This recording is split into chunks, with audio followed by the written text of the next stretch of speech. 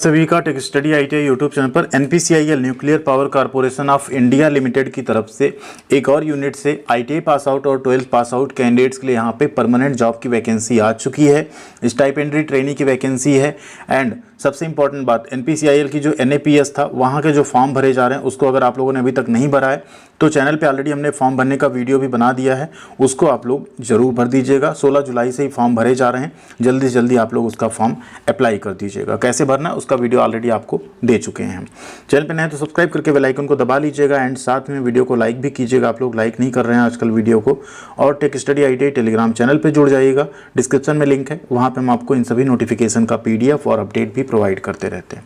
तो आइए NPCIL RR site की तरफ से आईटीआई के इसमें 7 ट्रेड एलिजिबल हैं, उस वाली भर्ती का पूरा डिटेल नोटिफिकेशन देखते हैं। एंड अगर आप लोग एलिजिबल होते हैं तो इसका फॉर्म आप लोग जरूर फिल कीजिएगा, बेहतरीन जॉब है आप सबके लिए। ये रावत भाटा राजस्थान साइट की वैकेंसी है, इसमें ऑल इंडिया कैंडिडेट फॉर्म भर सकते हैं। फॉर्म भरने की अगर बात करें तो यहाँ पे सबसे पहले पद देखिए क्या है। कैटेगरी 2 की है स्टाइपेंडरी ट्रेनी, ठीक है, ऑपरेटर। एंड कैटेगरी 2 में स्टाइपेंडरी ट्रेनी यहाँ पे मेंटेनर की पोस्ट है, ठीक है। मेंटेनर की पोस्ट पे आईटीआई कैंडिडेट्स एलिजिबल होंगे, ऑपरेटर की पोस्ट पे 12th पास कैंडिडेट फॉर्म भर पाएंगे। स्टार्टिंग डेट की बात करें तो 22 अगस्त से लेके फॉर्म 11 सितंबर तक भरे जाएंगे, ठीक है। एंड इसमें फीस भी आपको पे करना होगा, उसकी डेट भी यही सेम रहने वाली है। अब यहाँ बात करें एनपीसीआईएल में होता क्या है, तो एनपीसीआईएल एक तरह का क्या है, आपका नाभिकीय रिएक्टर जो होते हैं ना वो यहाँ पे रहता है, ठीक है। एक तरह आपका किस में आता है, भारत सरकार का उद्यम है, ठीक। आपका पावर कारपोरेशन, पावर जनरेशन होता है न्यूक्लियर पावर, न्यूक्लियर रिएक्टर के थ्रू, उसमें आपको काम करने का मौका मिलेगा। अब यहाँ पदों का नाम आप देख लीजिए। सबसे पहले पद, वैकेंसी भी अच्छी कही जाएगी क्योंकि एक यूनिट से आई है, एनपीसीआईएल की कई यूनिट्स हैं।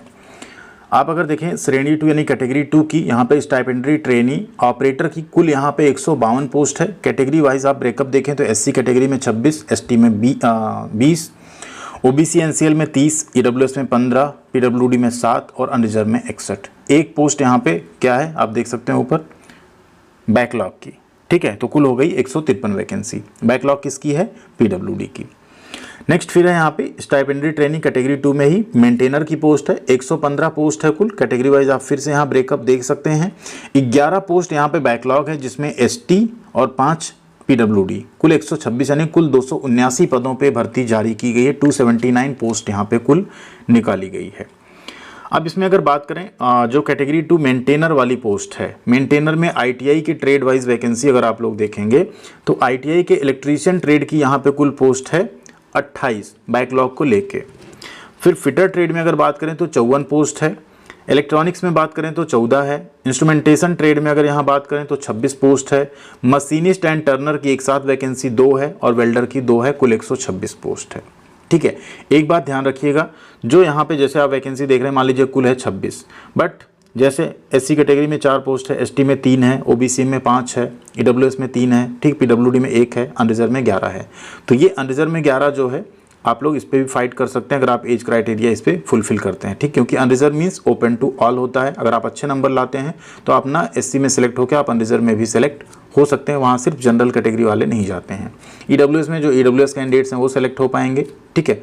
तो ये यहाँ पे पूरा वैकेंसी का आपका लेखा जोखा है आईटीआई का। कुल कितने ट्रेड हो गए, 7 ट्रेड यहाँ पे आईटीआई के एलिजिबल हैं।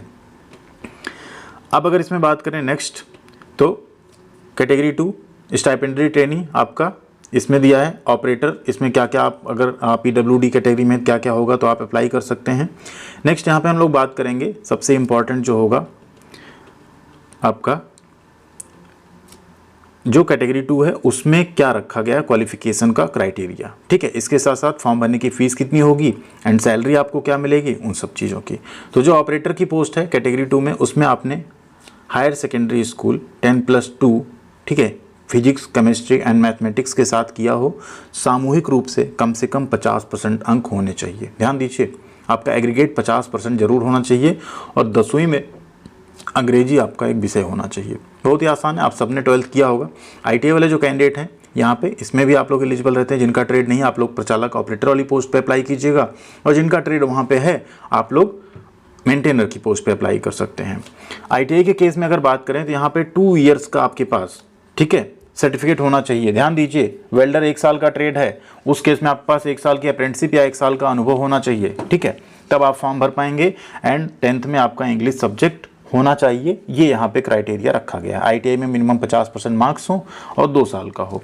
तो सारे ट्रेड तो 2 साल के हैं, सिर्फ वेल्डर जो है 1 साल का है। उस केस में वेल्डर में अगर आपने किया तो 1 साल का या तो आपके पास एक्सपीरियंस होना चाहिए या आपने 1 साल की अप्रेंटिसशिप की हो, तो आप ये फॉर्म फिलअप कर सकते हैं। अब यहाँ अगर बात करें नीचे तो कुछ इंपॉर्टेंट बिंदु आपको दिए गए, उन सब पे ना चल के डायरेक्ट चलते हैं फिजिकल स्टैंडर्ड पे। बट फिजिकल स्टैंडर्ड में अगर आप मेडिकली फिट हैं तो इसमें छूट आपको मिल जाती है। हाइट अगर आपकी 159 है, 158 है, तब भी आपको सेलेक्ट कर लिया जाता है, या वेट आपका ज़्यादा है कम है तो उतना चल जाता है यहाँ पे, ठीक है। सैलरी की बात करें तो पहले इसमें आपको जो रखा जाएगा 2 साल तक, ठीक है। पहले साल आपको जो है 20,000 रुपये स्टाइपेंड मिलेगा, दूसरे साल आपको 22,000 रुपये स्टाइपेंड मिलेगा, और बुक अलाउंस जो कि साल में एक बार मिलेगा 3,000 रुपये आप सबको, ठीक। ये 2 साल आपको इतना मिलेगा। इसके बाद जब आप परमानेंट हो जाएंगे तो आप 21,700 बेसिक पे परमानेंट होंगे, जिसमें 21,700 बेसिक होगा, लगभग 50 क्या उस टाइम 2 साल के बाद तो करीब 70% के आसपास DA होगा, या क्या पता रिवीजन भी आ जाए, प्लस HRA होगा, प्लस TA होगा, प्लस अदर अलाउंसेस होंगे।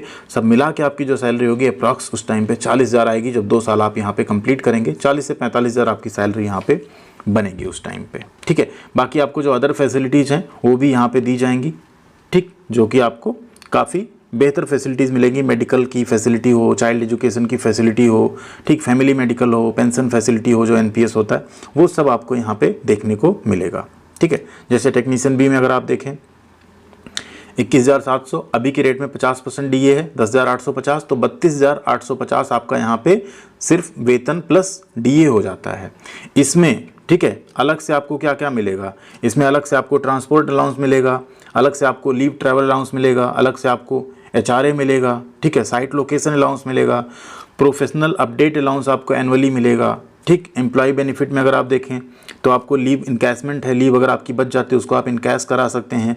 मेडिकल फैसिलिटी है, सेल्फ एंड डिपेंडेंट का, एजुकेशन फैसिलिटी है, चिल्ड्रन का, विद इन टाउनशिप आप पढ़ा सकते हैं अपने बच्चों को।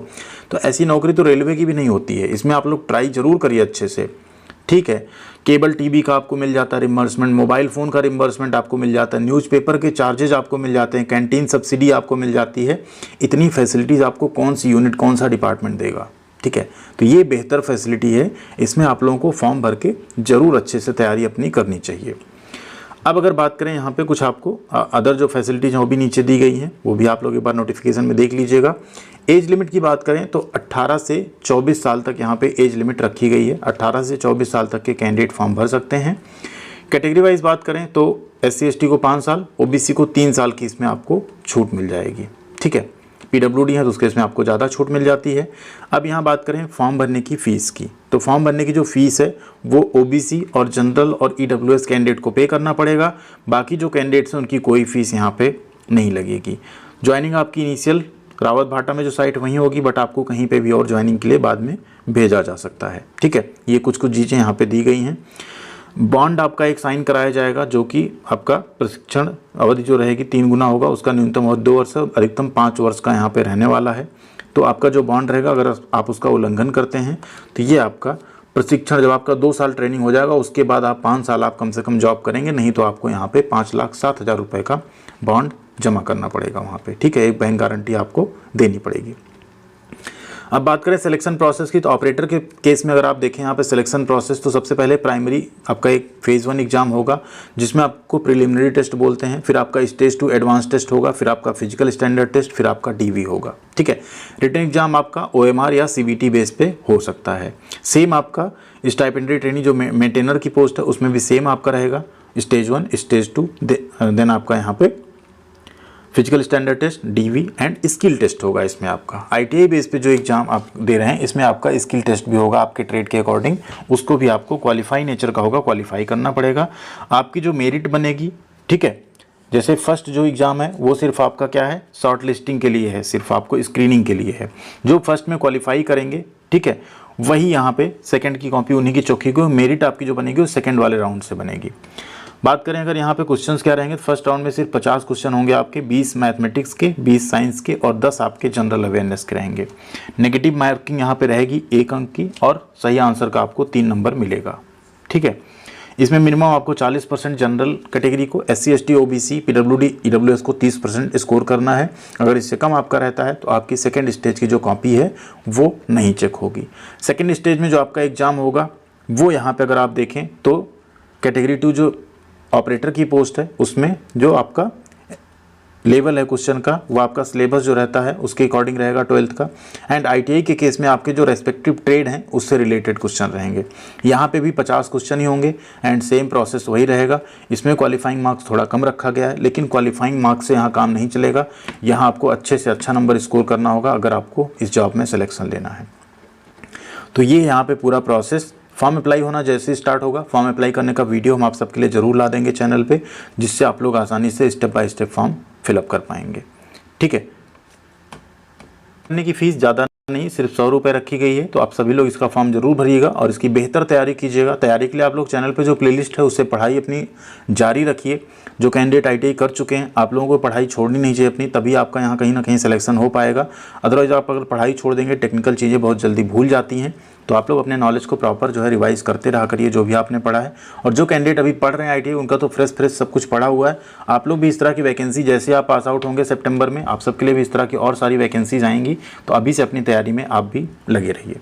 Thank you very much. कोई सवाल होगा आपका तो कमेंट सेक्शन में लिखिएगा। मिलते हैं अगली अपडेट के साथ अगले वीडियो में।